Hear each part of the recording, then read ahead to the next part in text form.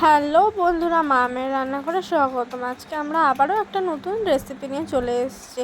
আজকে আমরা করব আম পান্না। তো কাঁচা আমটাকে আমরা প্রথমে আগে ভালো করে জলে ধুয়ে সেটাকে আমরা সেদ্ধ বসিয়ে দেবো।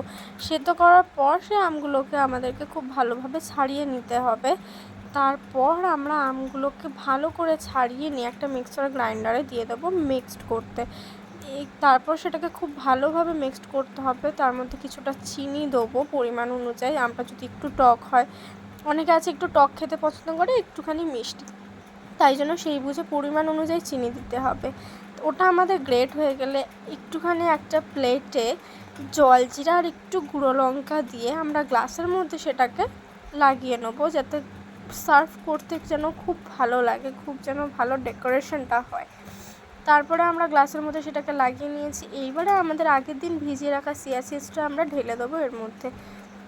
চিয়া সিডসটা ঢেলে দেওয়ার পর আমরা দিয়ে দেবো কিছুটা জলজিরা, তারপরে আমরা দিয়ে দেবো একটা লেবু, তারপর সেই আম যেটা আমরা গ্রেট করেছিলাম সেটাকে দিয়ে দেবো।